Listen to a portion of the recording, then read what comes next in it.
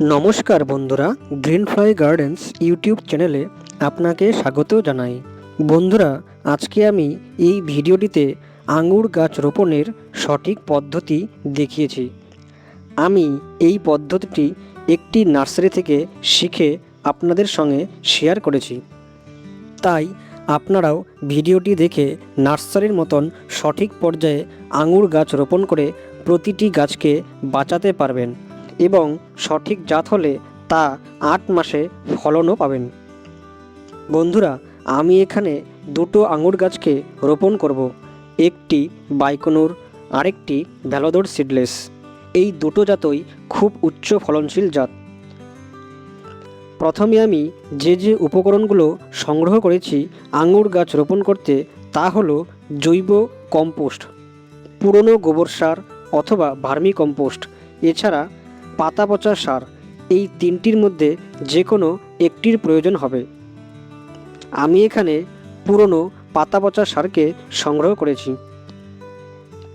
এরপর নিয়েছি rice husk বা ধানের চিটে।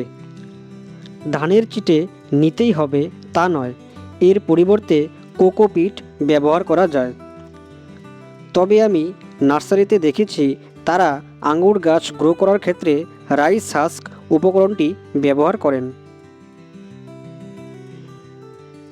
এরপর নিতে হবে বালু এবং এরই সাথে বাগানের দোআঁশ মাটি।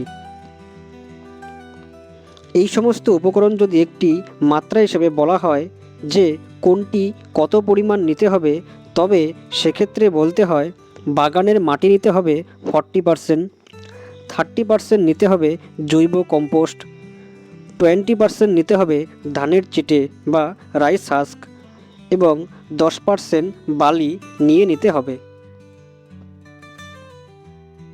আজকাল ধানের চিটে বা রাইস হাস্ক এটি অনলাইনে অনায়াসেই পাওয়া যায়।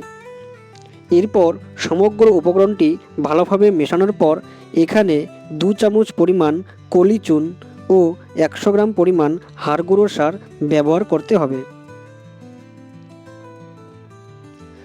এখন সমগ্র উপাদানগুলোকে মেশানোর পর এটিকে আমি এখন এই টবটিতে রোপণ করব।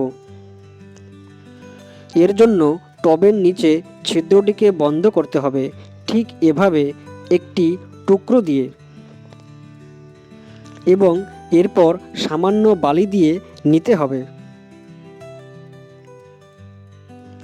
এখন আমি টবটির প্রায় সম্পূর্ণ অংশ ভরে নেব, সামান্য অংশ ফাঁকা রেখে এখন এখানে এই চারাটিকে রোপণ করব।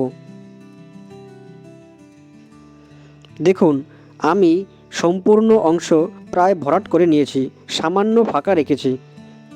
এখন এই চারাটিকে দেখুন, এটি হলো ভ্যালোডোর সিডলেস জাতের একটি আঙুর।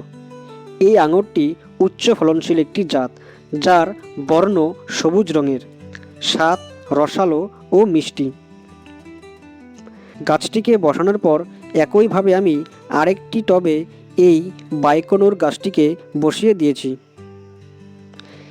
এই বাইকনুর আঙুর জাতটি লাল রঙে হয় এবং এটিতে 2-1টি বীজ থাকে, কিন্তু এর স্বাদও রসালো ও মিষ্টি।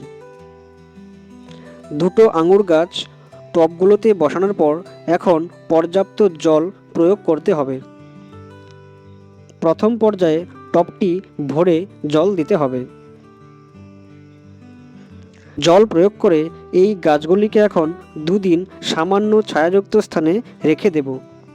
কিছুদিনের মধ্যেই এই গাছগুলি নতুন করে গ্রোথ হতে শুরু করবে এবং এখানে গাছটি প্রায় 5 থেকে 6 ফুট হলে আমি নতুন কোনো টবে অথবা মাটিতে রোপণ করে দেব।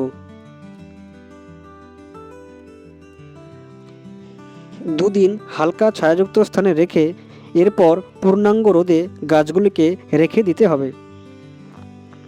বন্ধুরা, এই ছিল নার্সারিতে আঙুর গাছ রোপণের কিছু গুরুত্বপূর্ণ টিপস। আপনারাও যে কোনো নার্সারি থেকে আঙুর গাছ ক্রয় করে ঠিক আমার দেখানো পদ্ধতি অনুসরণ করে গাছটি রোপণ করবেন। দেখবেন গাছটি দ্রুত বড় হয়ে উঠবে। আর বন্ধুরা, ভিডিওটি ভালো লাগলে চ্যানেলটি সাবস্ক্রাইব করে পাশে বেল বটনে ক্লিক করে রাখবেন বাগান সম্পর্কিত গুরুত্বপূর্ণ ভিডিও সবার আগে পেতে। ধন্যবাদ।